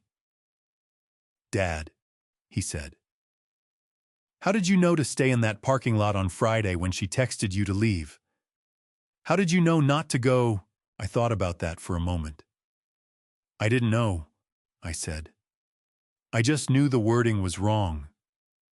Too much trouble. That's not how a person talks about a scheduling conflict. That's how a person talks about something they've already decided has no value." He nodded slowly. She said that about you, he said quietly. More than once. I should have told you. You're telling me now, I said. His phone buzzed in his pocket. He looked at the screen and his jaw tightened. He turned the phone so I could see it. A text from Marcus. 4 words. Where is she, Ethan? I took the phone from Ethan's hand and read the message twice. Where is she, Ethan? 4 words that told me several things at once. Marcus did not know where Melissa was, which meant Melissa had not told him her movements today, which meant there was either a fracture forming between the two of them or Melissa was somewhere she did not want Marcus to know about. Neither possibility was reassuring. A plan that depends on 2 people staying coordinated tends to develop pressure points when those people stop communicating, and pressure points in plans like this one tend to express themselves in ways that are harder to predict than the plan itself. Do not respond to that, I said, handing the phone back. Not yet. Where was Melissa when you left the house this morning? Asleep, Ethan said. Or pretending to be. She does that sometimes. Lies in bed with her eyes closed when she knows I'm moving around the house, and then I find out later she knew exactly what I had been doing. All right, I said. Go home. Act normal. If she asks where you've been, tell her your shoulder was worse and you drove around because you couldn't sleep. Don't tell her you saw a doctor. He nodded. The nod of a man who had become over the past year very practiced at not telling Melissa things. I watched his truck leave the parking lot, and then I sat in my own truck for a moment with the engine off, thinking about those 4 words. Then I drove back to the motel. The envelope was in my jacket pocket. I had not put it there deliberately. Ethan had handed me his jacket when we arrived at the motel parking lot that morning, asking me to hold it while he pulled a sweatshirt from behind his seat, and I had transferred it to my own jacket pocket, automatically, the way you transfer things that are handed to you without looking at them first. I had forgotten it was there until I sat down on the motel bed and felt the stiff rectangle of it against my ribs. I pulled it out. A standard business envelope already opened the return address printed in the upper left corner, belonging to a regional bank with branches across Central California. Ethan's name on the front. I unfolded the letter inside. It was a loan confirmation notice. A personal loan in the amount of $45,000 originated 8 weeks ago, with Ethan Marcus Calloway listed as the primary borrower and Melissa Ann Calloway listed as co-borrower. The funds had been dispersed in full to a checking account I did not recognize, not Ethan's regular account, a different account number entirely. Below the loan details in the section for cosigner authorization was a signature line. The signature above the line read, Robert James Calloway. I looked at that signature for a long time. I know my own handwriting. Every man knows his own handwriting. The specific way his letters lean, the particular pressure he puts on downstrokes. The small habits that accumulate over decades of signing documents and writing notes and leaving messages for people. The signature on that line had my name in it, but it did not have me in it. Someone had copied the general shape of my signature from another document and reproduced it with enough skill to pass a bank's standard verification process, but not enough to survive comparison by someone who had been signing that name for 64 years. Under California Penal Code Section 470, forgery of a signature on a financial instrument, including a loan document, is a felony offense classified as a wobbler, meaning it can be charged as either a misdemeanor or a felony, depending on the circumstances and the amount involved. $45,000 places this firmly in felony territory. The additional element of using a forged cosigner signature to fraudulently obtain loan funds constitutes financial fraud under both state and federal statutes. I photographed both pages of the letter with my phone. Then I called the bank's customer service line on the number printed at the bottom of the letterhead. I explained that I had received a loan confirmation notice for a loan I had not authorized, and that I believed my signature had been used without my knowledge. The representative told me to hold, transferred me twice. A third voice came on, more senior, asked me to confirm my identity and social security number, and then told me that yes, a physical signature matching my name had been presented in person at a branch location in Clovis 8 weeks ago, along with a copy of my driver's license. I do not have a California driver's license. I have a Tennessee driver's license, which is a different document with a different format, and which I had not lost and had not reported missing. Someone had made a copy of my license at some point, when I had visited this house or had photographed it without my knowledge, and had used it along with a forged signature to walk into a bank branch and take out a loan in my name. I was still on the phone with the bank when my phone buzzed with an incoming call. I asked the representative to hold the account and flag it for fraud investigation, gave her my callback number, and switched lines. Tommy Calloway's name on the screen. I had not spoken to Tommy in 4 months. He was my nephew, technically, the son of my older brother Frank, who had passed 7 years ago, which made him family in the way that matters more than paperwork. He was 58 years old and ran a tile installation business out of Bakersfield, and the last time I had spoken to him, he had been oddly brief on the phone, not unfriendly, but contained like a man measuring his words against something he had decided not to say. "Tommy," I said. "Robert." His voice had the particular weight of someone who has been rehearsing what they want to say and has still not found the right opening. "I heard you were in Fresno. Linda Greer called my wife last night." A pause. "I owe you a conversation. Can I come to you?" He arrived at the motel 40 minutes later in a work truck with his company name on the door. A big man with Frank's hands, and Frank's way of taking up more space in a room than his actual dimensions accounted for. He sat across from me at the small table by the window, and he looked at me with the expression of a man who is about to say something that is going to cost him something to say. "Oh, Melissa has been sending messages to the family," he said. "For about 2 years now. To me, to your cousin Darlene, to Frank's widow Barbara. Private messages, not group stuff, each one tailored a little different." He stopped. His jaw worked. "She told me you had a drinking problem that had gotten bad since Maggie passed. That you had shown up at Ethan's house twice in the past year in a state that scared her, that you had been aggressive with Ethan, that she was trying to protect her family, but did not want to cause trouble by reporting it." He looked at the table between us. "I believed her, Robert. I am ashamed of that, and I am sorry." The room was very quiet for a moment. "You're telling me now," I said. "That's what matters." He reached into his jacket pocket and pulled out his phone, opened it to a photo, and slid it across the table toward me. A screenshot of a Facebook Marketplace listing. A silver ring on a white cloth background. $85. The seller's profile was a blank gray circle with no name. I recognized the ring before I finished reading the listing, the small scratch on the inner band just left of the sizing mark, where Maggie had caught it on a fence nail in the garden the spring before she was diagnosed. She had laughed about it, said it gave the ring character.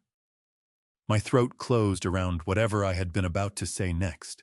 Tommy sat across from me and did not say anything because there was nothing to say that would make what was on that screen smaller than it was.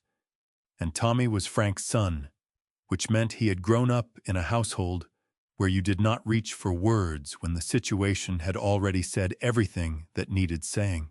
I picked up the phone and looked at the listing again. The ring was photographed on a white cloth centered in the frame, the way people photograph things they want to look more valuable than the asking price suggests. $85. Maggie's ring. The ring she had worn on the third finger of her right hand for the last 12 years of her life, after her knuckle got too swollen for the left. The ring that had been with her in the hospice room on the last night. The ring that Ethan had taken from her hand the morning after, because I could not bring myself to do it, and he had not asked me whether I wanted him to. He had just done it the way he did things that needed doing when he could see I was not going to be able to. She had told Ethan it was lost. I set the phone down on the table and sat very straight in my chair, the way Maggie used to tell me I sat when I was working something through, like a man trying to give a problem room to breathe inside his chest. "Robert," Tommy said quietly.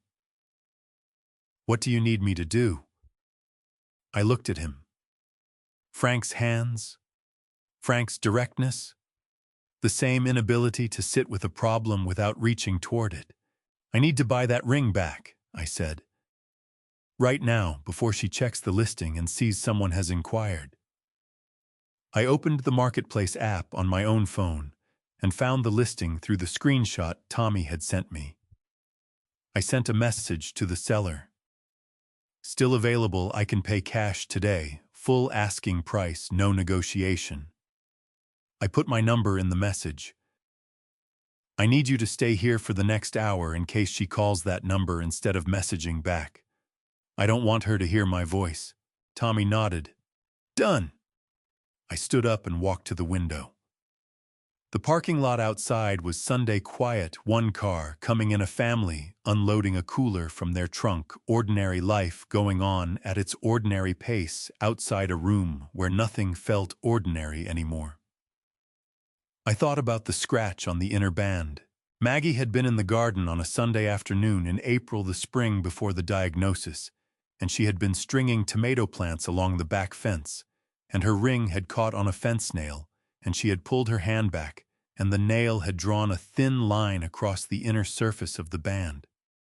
She had come inside holding her hand up and saying, "Look what I did," and I had looked and said, "It's just a scratch," and she had said, "I know, but now it has a mark," and I had said, "Now it has character," and she had laughed and said, "That is exactly what a man with a bent nose says about scratches." She had a way of making things into stories. Small things.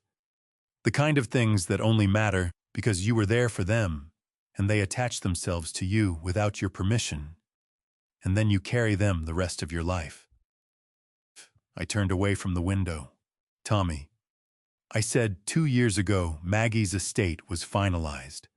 Her personal jewelry was itemized in the estate documents, and several specific pieces were designated by name. That ring was one of them. It was left to Ethan with the specific instruction that it be kept in the family. I paused. Selling a piece of estate-designated property that was legally transferred to another person through a valid will is not a matter of marital property law. The ring was Ethan's property, not marital property, because it predated the marriage and was received through inheritance. Melissa had no legal right to sell it. Tommy's expression had gone very still. "Can you prove the ring is that ring?" he asked. "The specific one." "The estate documents have a description and a photograph," I said. "And that scratch is in the photograph, because Maggie had it resized after the garden incident, and the jeweler photographed it before and after." I picked up my phone. "I need to make 2 calls. Can you give me the room for 20 minutes? He stood without being asked and went outside. I heard him on the steps, his boots on the concrete, giving me the quiet I needed, the way people who have known you a long time know when to step back from you without being told. I called Ethan first. He answered on the second ring. I told him about the ring. I told him in plain language without softening it, because he deserved the plain version, because he had been given softened versions of things for long enough that the softened versions had started to feel like the truth, and I was not going to contribute to that anymore. He was quiet for a long moment after I finished. Then he said in a voice that had gone very flat and very controlled, "She told me she'd lost it moving boxes. I looked for it for 2 weeks." "I know," I said. I looked for it, Dad. I know you did, I said. We're going to get it back. Another silence. Then, what do you need from me? I need you to trust me completely for the next 4 days, I said. Can you do that?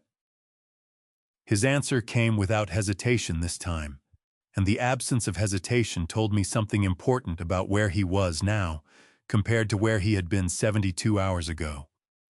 Yes, he said. Whatever you need. I ended the call and dialed the second number. A woman's voice answered on the third ring, professional and alert, despite it being Sunday afternoon. Priscilla Hain. Ms. Hain. I said, my name is Robert Calloway. I was referred to you by Roy Stanton at Pacific Coast Freight and Logistics. I have a situation involving my son, and I need legal representation.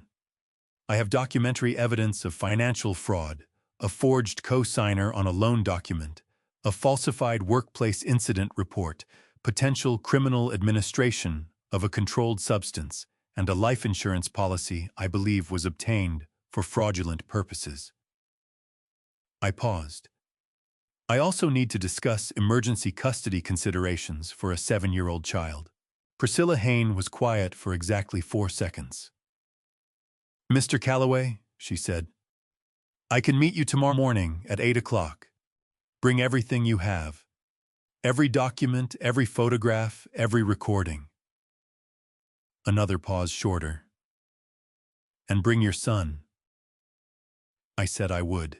I stood in that motel room with the phone in my hand, and the photograph of Maggie's ring on Tommy's phone still on the table, and I thought about a woman who gave practical things with impractical intentions, who bought a fishing rod from a woodworker in Chattanooga and said, here is something for when you need to think, who caught her ring on a fence nail in April and laughed and let it become a story. I thought about what she would say right now, if she were standing in this parking lot motel room watching me figure out how to take apart the thing that had been built around our son. She would say, Robert, you already know what to do. You have always known what to do. You just need to stop standing at the window and start doing it. My phone buzzed. A message from the marketplace seller. The blank gray profile. Cash is fine. What time works for you? I typed back, 2 hours. You pick the place. 3 dots appeared. Then an address.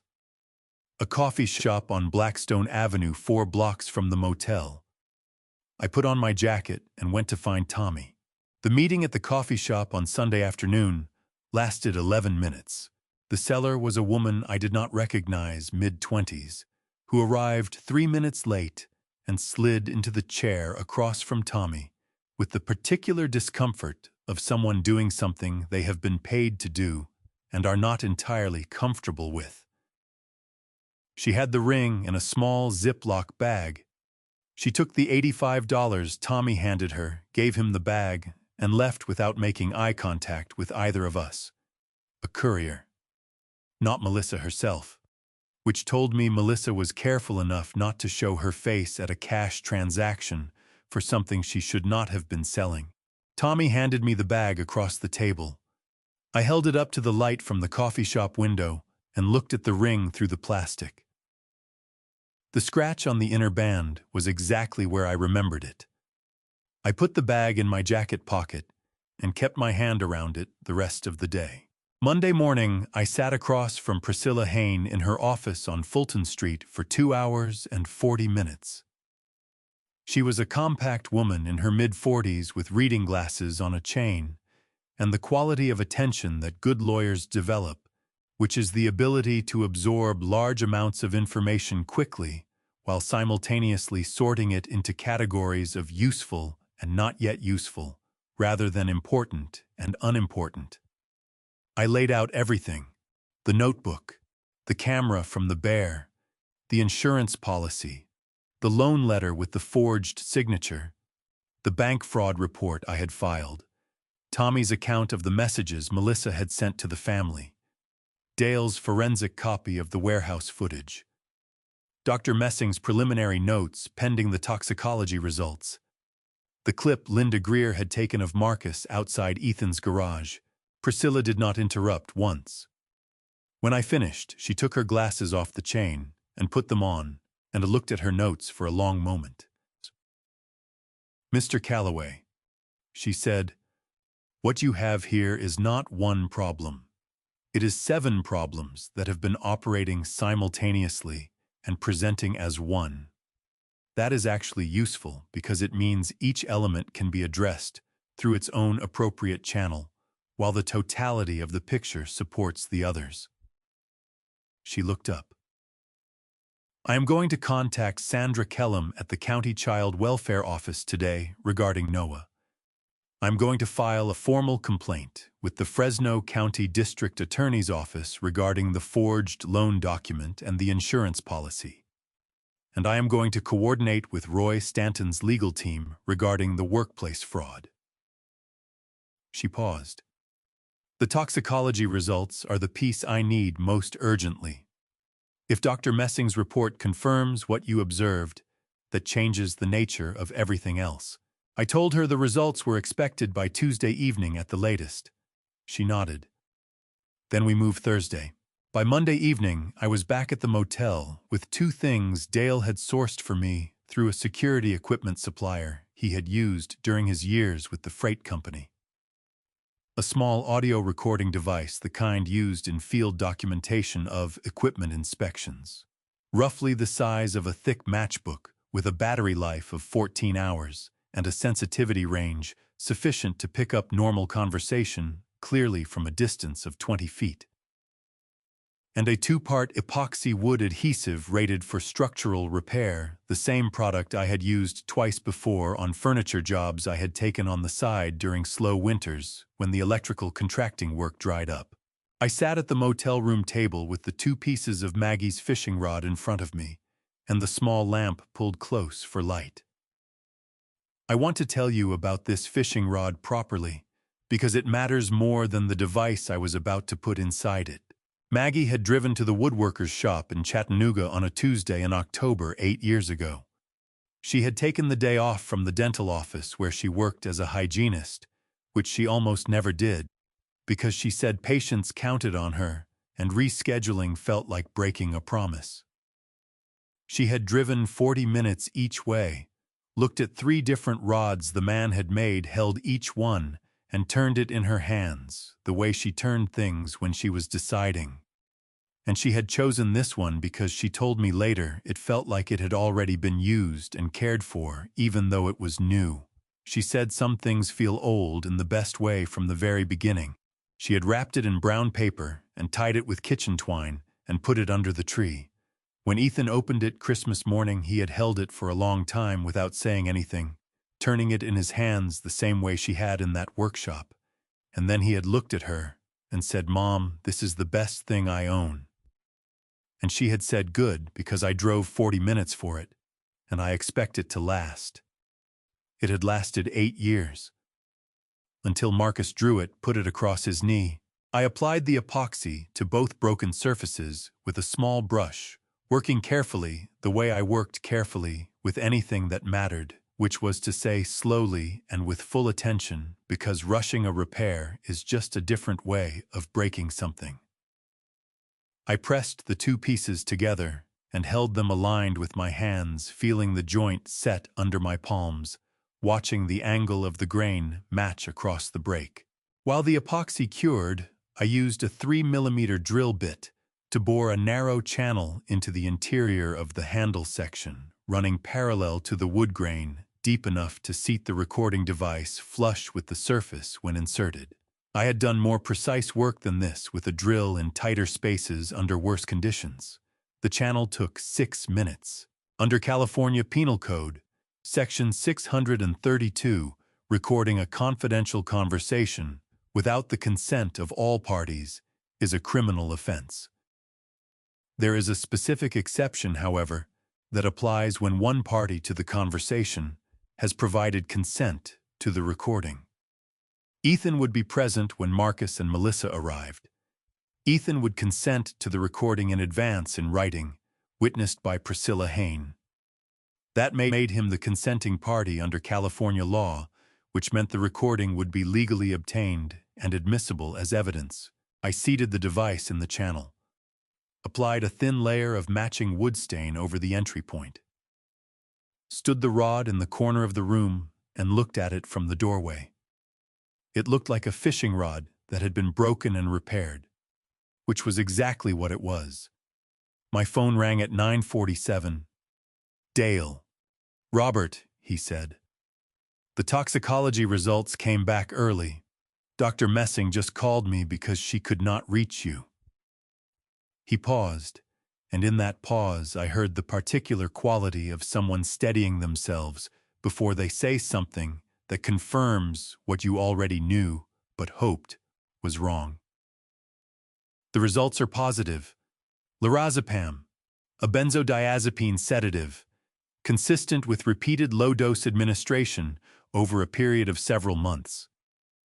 Dr. Messing says, in her professional opinion, the exposure has been ongoing for at minimum 4 to 5 months." I sat on the edge of the motel bed with the phone against my ear and looked at the repaired fishing rod standing in the corner of the room. "Tell her to write the report tonight," I said. We moved Thursday. Tuesday and Wednesday passed. The way the hours before a big job always pass, which is quickly when you are working and slowly when you are waiting, and I was doing both in alternating stretches that left me tired in a way sleep did not fully address.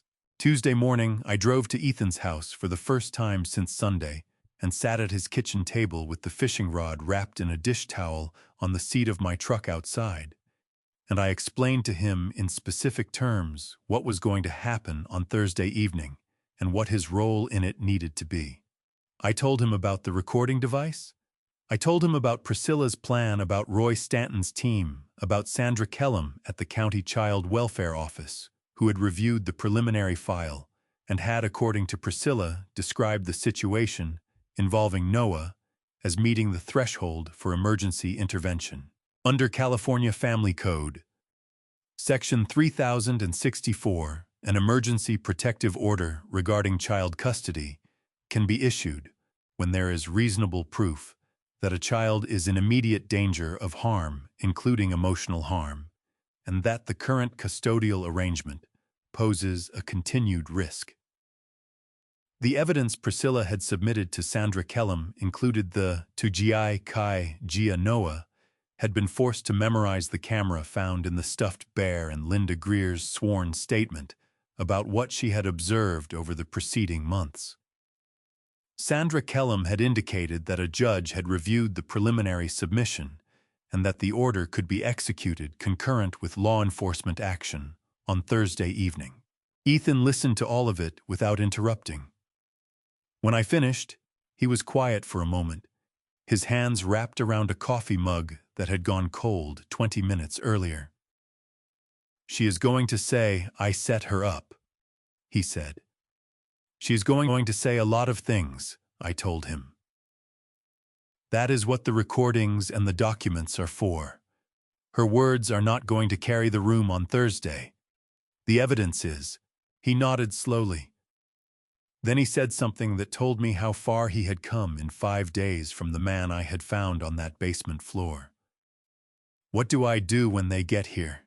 he asked. "Not whether. What?" "You let her talk," I said. "You let Marcus talk. You do not sign anything. You do not agree to anything.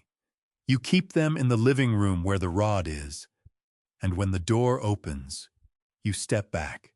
He looked at me across the kitchen table, my son, 33 years old, thinner than he should be, shoulder still taped from the orthopedic appointment Monday morning, and he said, "Okay, Dad, I trust you." Those 4 words cost him something, and I knew it, and I did not take them lightly. Wednesday, I spent the morning coordinating final confirmations by phone. Roy Stanton's legal team confirmed their representative would be present Thursday evening. Dale confirmed he would be parked 1 block south with copies of the warehouse footage and the metadata report in a sealed envelope for law enforcement.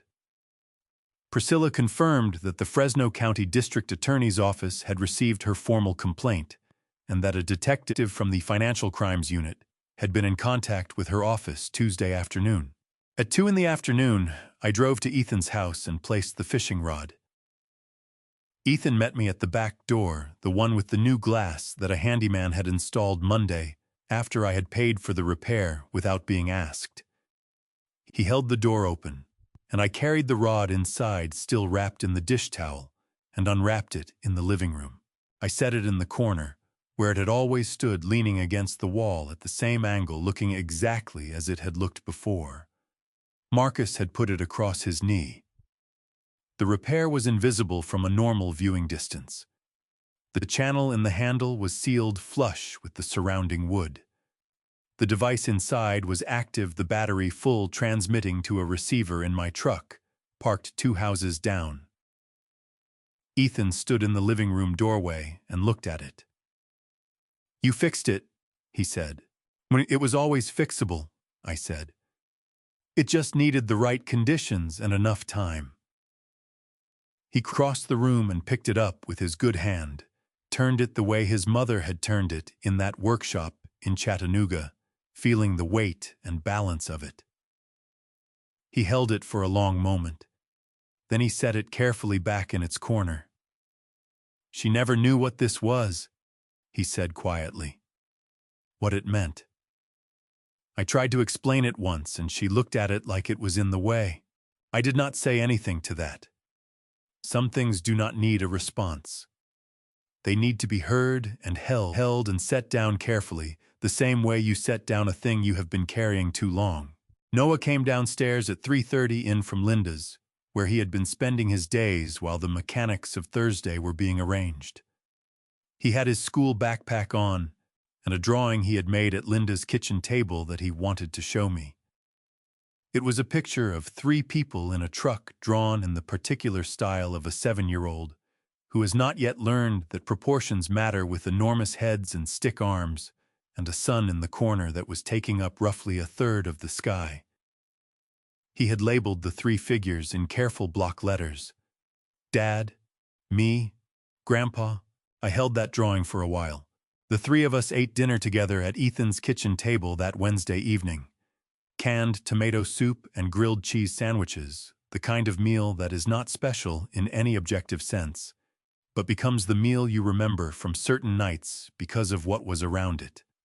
Noah talked about a book his teacher had been reading to the class, something about a boy who discovers a garden that grows things you plant in it by memory rather than by seed.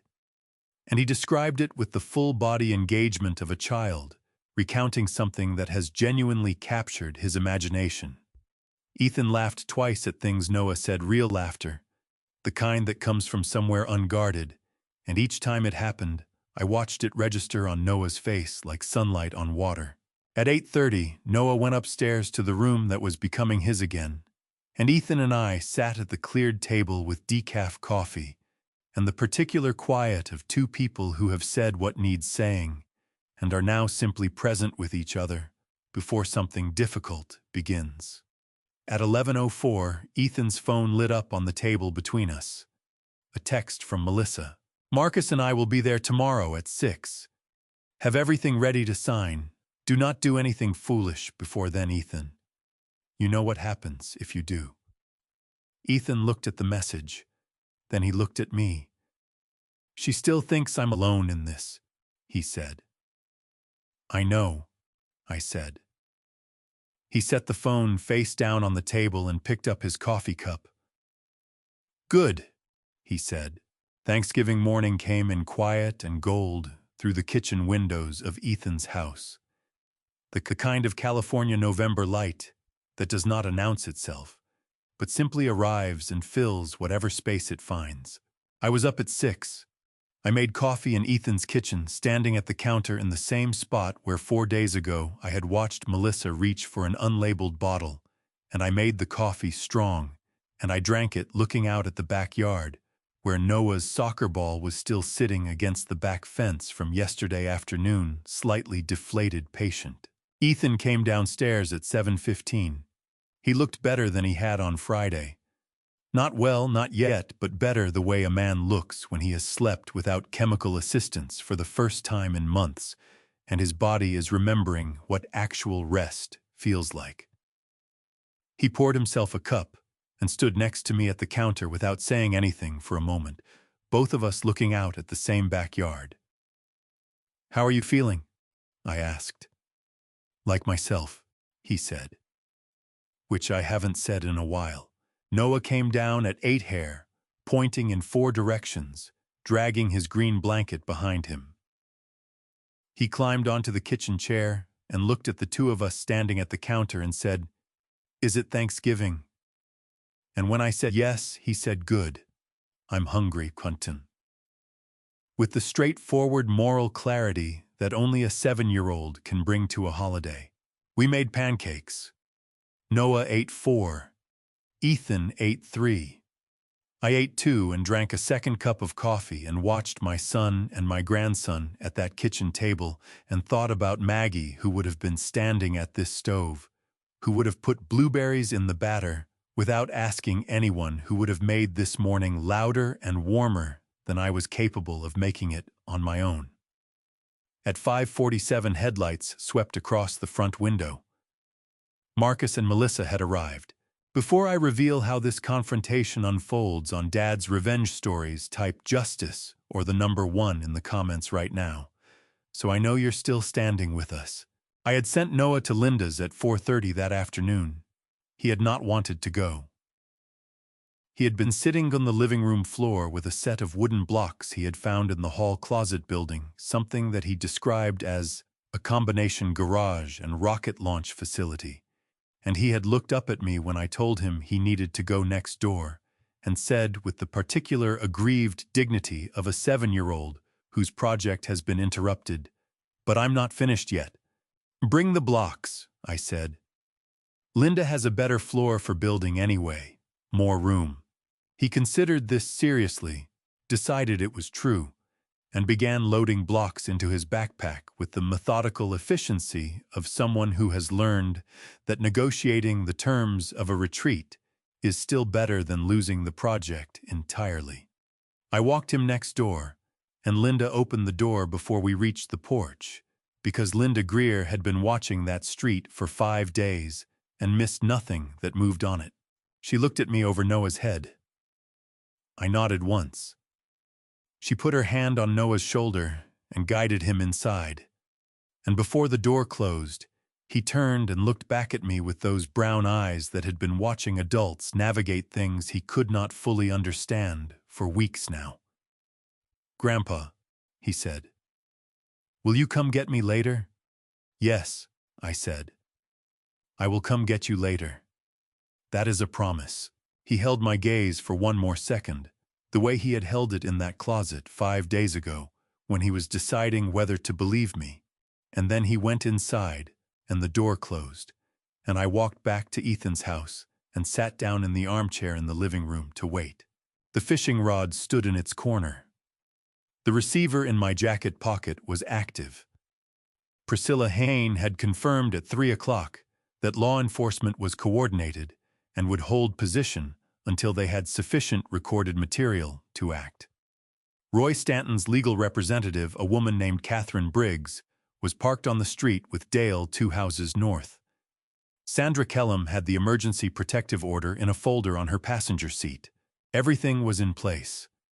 All I had to do was sit in a chair and not look like a man who had spent 5 days building a wall around the people he loved. Marcus and Melissa came through the front door at 5:52 without knocking. Marcus was carrying a leather portfolio under one arm, the kind that closes with a zipper thick with documents. Melissa was wearing her gray blazer again, the same one from Friday, and her face wore the same arranged pleasantness, though around the edges of it, tonight, there was something tighter, something that suggested the pleasantness was costing her more effort than usual to maintain. Marcus looked at me, sitting in the armchair, and stopped walking. "Why is he here?" he said. Not a question. A problem being identified. "He's my father," Ethan said from the couch. "He's here because I asked him to be." Marcus looked at Melissa. Something passed between them, fast and tight, the compressed communication of two people who have spent a lot of time coordinating and have just encountered an unplanned variable. Melissa looked at me with the pleasantness fully abandoned now, just the calculation underneath it running openly across her face. "Walt," she said, "this is a family matter." "I am family," I said pleasantly. "Sit down, Melissa." Marcus dropped the portfolio onto the coffee table in front of Ethan with a sound like a gavel. He unzipped it and pulled out a stack of documents, squared the edges against his palm, and set them in front of my son. "Sign the transfer of parental rights document. Sign the acknowledgement of workplace liability, and sign the personal loan repayment agreement," Marcus said. His voice had the flat, rehearsed quality of someone delivering terms they have delivered before and expect to be accepted. "You do all three tonight, and this is finished. You don't, and Monday morning that amended incident report goes to the State Labor Board, the DA's office, and Gerald Pittman's attorney simultaneously." He leaned forward with both hands on the coffee table close enough to Ethan that the posture was unmistakably physical. "You know what happens after that, Ethan. You've always known." Ethan looked at the documents on the table. He did not touch them. "I know what you told me would happen," Ethan said. His voice was steady in a way that made Marcus blink. "That's not the same thing." Marcus straightened up. His jaw tightened. He turned to look at me with the expression of a man deciding whether the obstacle in front of him is worth engaging with directly or simply moving around. "Old man," he said, "you should not be here tonight. Whatever Ethan told you, you don't understand the full picture." "I understand the full picture," I said. "I've had 5 days to look at it." Something shifted in Marcus's face. A recalculation. He looked at Melissa again, and this time what passed between them was not coordination. It was the beginning of a fracture, two people realizing simultaneously that the situation they were standing in was not the one they had planned for. Melissa took one step toward Ethan. "Sign the papers," she said, her voice dropping the pleasantness entirely and going cold and hard underneath. "Sign them right now, or I promise you, you will never have an unsupervised hour with that boy again. I will make sure of it. You know I can." Ethan looked at his wife, at the woman he had married, whose ring he had put on in a ceremony attended by people who believed it would last. He looked at her for a long, clear moment, with the eyes of a man who has finished grieving something and is now simply on the other side of it. "I'm not signing anything," he said. Marcus moved toward him. The front door opened. It did not open dramatically. It opened the way doors open when the people coming through them are professionals who have done this before and have no interest in theater. 2 uniformed officers from the Fresno County Sheriff's Department entered first, followed by a plainclothes detective who introduced himself as Detective Alan Marsh from the Financial Crimes Unit, followed by Catherine Briggs with Roy Stanton's company credentials and a sealed evidence envelope, followed by Sandra Kellum with a folder under her arm and the particular expression of a woman who has read everything in that folder and has very clear feelings about it. Marcus turned from Ethan and saw them and went completely still. Melissa's hand went to her mouth. Detective Marsh addressed the room calmly. He explained that Marcus Druitt was being detained for questioning in connection with falsification of workplace safety records, financial misconduct, and coercion. He explained that Melissa Calloway was being detained for questioning in connection with fraudulent loan procurement and related charges. He explained that Sandra Kellum of the County Child Welfare Office was present to execute an emergency protective order regarding the minor child Noah Calloway, granting temporary physical custody to Ethan Calloway effective immediately. Under California law, an emergency protective order of this nature is issued by a judge upon finding of reasonable proof that the child faces immediate risk of harm in the current custodial arrangement. The order Sandra Kellum carried had been signed that morning by a Fresno County family court judge based on the cumulative evidence Priscilla Hayne had submitted across the preceding 48 hours. Marcus looked at me from across the room. He looked at me the way a man looks when he finally understands that the wall he has been pushing against has not been moving because it was never going to move. Melissa turned to Ethan. Her voice came out stripped of everything it had been using as cover for 2 years. "You did this," she said. Ethan stood up from the couch. He stood straight, both feet on the floor, and he looked at her with the steadiness of a man who has paid an enormous price to be standing exactly where he was standing. "No," he said. "My father did." The house was quiet after everyone left. Not the quiet it had been when I first walked through that back door on Friday, which was the quiet of something wrong being hidden. This was a different kind. The quiet of a space that had been holding its breath for a long time and had finally been allowed to exhale. Ethan stood in the middle of the living room looking at the floor. Then he looked at his left hand. He turned the wedding ring once around his finger slowly, the way you turn something you have been wearing so long you stopped feeling it. Then he slid it off and set it on the coffee table next to Marcus's unsigned documents, and he did not look at it again. I picked up the fishing rod from its corner and held it out to him. He took it with both hands. Held it the way his mother had held it in that workshop in Chattanooga. The way he had held it Christmas morning 8 years ago when he said, "Mom, this is the best thing I own." "She said it would last," he said quietly. "It did," I said. We went to get Noah together. He was asleep on Linda's pull-out sofa with his green blanket pulled to his chin and 3 of Linda's cats arranged around him with the proprietary comfort of animals who have decided someone belongs to them. I carried him to Ethan's truck without waking him, and he resettled against my shoulder with the boneless trust of a sleeping child and did not stir. Ethan drove. I sat in the passenger seat with Noah across my lap, his breath slow and even against my jacket. After a while, Ethan said, "Dad, how did you know to stay in that parking lot?" I thought about it. "I didn't," I said. "I just wasn't ready to believe it was too much trouble to find out. I have told this family story to a few people since it happened. Some of them ask if I regret not acting sooner. Honestly, I do. I wish I had trusted my instincts the first time a visit got canceled without a real reason. I wish I had called Ray sooner, pushed harder, asked different questions. If you are a grandfather, watching the small signs add up the missed calls, the changed schedules, the wording that feels slightly wrong, do not wait the way I waited. Do not talk yourself out of what you already know. I am not a perfect father. I made mistakes across 30 years of raising Ethan that I carry quietly. But I believe God puts you exactly where you are needed, exactly when you are needed there. That parking lot on a Friday afternoon in Fresno was not an accident. What I know now after everything this family story cost us is this: love is not proven by how much you are willing to endure from someone.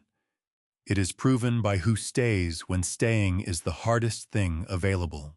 These grandpa stories do not always have clean endings. Ours is still being written. Ethan is rebuilding. Noah asks fewer frightened questions than he used to. And I drive to Fresno every 3 weeks now without being invited, without asking permission. If this family story or these grandpa stories reached something in you today, leave a comment below and tell me about someone in your life who showed up when it mattered. Share this with someone who needs to hear it. And if these grandpa stories are new to you, subscribe so you never miss what comes next. Thank you for staying with me until the end. I want you to know the stories ahead contain some fictional elements built with the intention of carrying real meaning. If that is not the kind of content you are looking for, I respect that completely, and I hope you find exactly what you need elsewhere. But if you are still here, I will see you in the next one.